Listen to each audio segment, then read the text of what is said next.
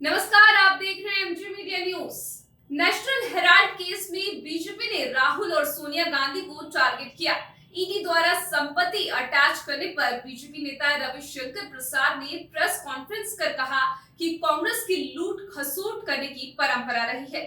जनता ही ऐसे ही लोगों को सबक सिखाएगी। सार्वजनिक संपत्ति को निजी तौर पर बदलने वाली कांग्रेस पार्टी और गांधी परिवार को लोक लाज नहीं है। तो मैंने जो कॉमर्स की बात कही है ये मेरी टिप्पणी नहीं है, कोर्ट ने ही कहा है। और आरोप क्या क्या फेस कर रहे हैं? 420 चीटिंग,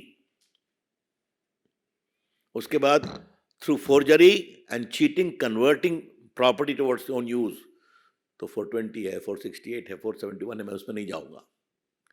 तो आप ट्रायल फेस कर रहे हैं, आप इनकम टैक्स में हार चुके हैं, आपको बेल लेना पड़ा, सुप्रीम कोर्ट तक कोर्ट ने आपको राहत नहीं दिया। तो आज कह रहे हैं कि मर्डर ऑफ डेमोक्रेसी है क्योंकि हम लोग हार रहे हैं विधानसभा के चुनाव में। इससे बेसिर पैर की बात हो नहीं सकती। इससे अच्छा कोई ट्रांजैक्शन होता है क्या? मैं इसको 3 पहलुओं पर रखना चाहता हूं। ये इमोरल है, अनैतिक है कि फ्रीडम मूवमेंट की एक लेगेसी को आपने जानबूझकर बंद कराया, उससे किराया लेना शुरू किया और गवर्नमेंट के द्वारा दी हुई प्रॉपर्टी को अपनी पर्सनल प्रॉपर्टी बना दी। इसको कहते हैं कांग्रेस फैमिली एज कॉमर्स। मैं इस शब्द का प्रयोग बहुत जिम्मेदारी से कर रहा हूं और इसकी एक ऐतिहासिक लिगेसी भी है। हमारे पत्रकारों को मालूम होगा, जब अंतुले का केस हुआ था तो उसमें एक बड़े अखबार ने लिखा था Indira Gandhi as commerce.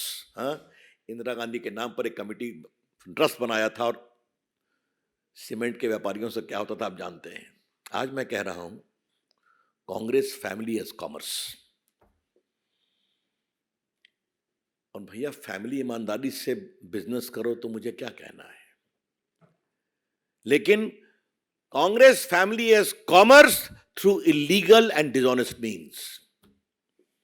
Congress family व्यापार करती है नियमों का दुरुपयोग और धोखे से।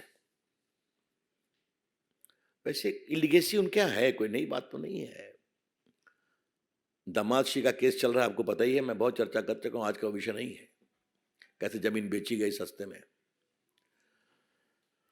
अब हम आते हैं कि इसमें कार्रवाई क्या हुई। कार्रवाई यह हुई कि एक प्राइवेट कंप्लेंट हुआ, उसमें हमारी सरकार के आने के पहले 14 में ही कॉग्निजेंस हो गया। उस कॉग्निजेंस के खिलाफ सोनिया जी और उनके पुत्र जी क्वाशिंग करने गए।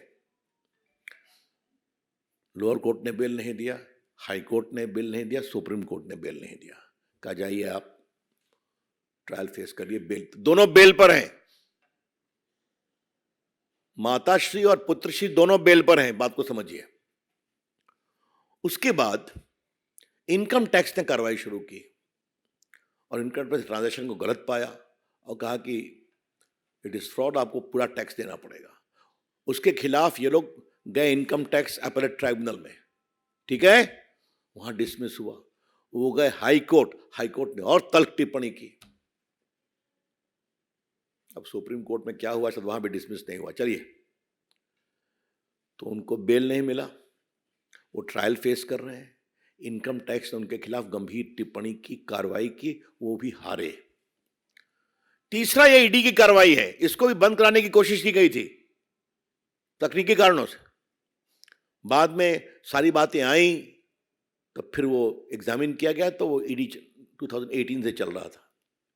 आपको याद होगा कि उसमें सोनिया जी और राहुल जी गए थे ईडी के सामने कई समन्स के बाद, याद होगा। मेरे पास वो सारी मीडिया रिपोर्ट है जो आपने दिखाया था कि we don't know anything, everything was done by Motilal Vora ji. कमाल है साहब, बेचारे मोतीलाल वोरा ये स्वर्गीय हो गए तो सारा ठीकरा उनके ऊपर फोड़ देना। जो अनुभवी पत्रकार बैठे हैं, क्या मोतीलाल वोरा जी बिना परिवार की हरी झंडी के बिना कुछ करते थे क्या? सीधी सी बात है। आज ईडी ने वो प्रॉपर्टी अटैच की है। मैं आपसे क्षमा चाहूंगा, थोड़ा हमने विस्तार से बताया कि ये हमने नहीं किया, ये हमारी सरकार में आने के पहले खुराफात कर चुके थे और कोर्ट द्वारा कॉग्निजेंस संभवतः जून के फर्स्ट वीक में। फिलहाल इस खबर में बस इतना ही। ऐसे खबरों के लिए देखते रहे एमजी मीडिया न्यूज।